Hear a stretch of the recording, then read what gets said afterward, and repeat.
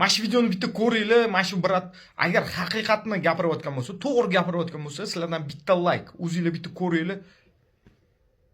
Ikkinchidan, bu kiberhujum aholi va qishloq xo'jaligini ro'yxatga olish tadbirlari fonida yuz berayotgani shubhali. Avval yoppasiga ro'yxatdan o'tkazib, endi ma'lumotlar tarqalib ketdi deyish sal g'alati emasmi? Oila a'zolaringiz, daromadingiz, hattoki uyingizni geolokatsiyasini ham kiritgansiz. Uchinchidan, naqd puldan voz kechamiz, u qilamiz, bu qilamiz deyapsizlar. Hozir pulni kartada saqlagani qo'rqadi odamlar. Bitta mantiqiy savol kelib chiqadi. Fuqaroni shaxsiy ma'lumotni himoya qila olmagan tizim elektron pullarni qanday himoya qiladi? To'rtinchidan, MyGo'dan taqiq qo'yinglar deb yotibdi hamma Instagramda. Inson sizni login parolingizni bilgan hacker yana MyGo'ga kirib taqiqni olib tashlash qila olmaydimi? Qachonki siz kreditni vaqtida to'lamasangiz, bank o'zi sizni qora ro'yxatga tiqadi. Shunda kim harakat qilsa ham bank sizga kredit bermaydi.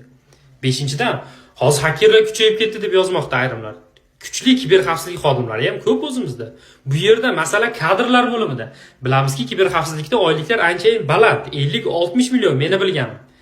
Demak, u joy palonchini jiyani, pistonchini o'g'li uchun zaynat qilib bo'lingan. Kadrlar bo'limi eng kuchli mutaxassislari qidiring, toping, sharoit qilib bering. Nima qilib bo'lsa ham ko'ndiring siz uchun ishlashga.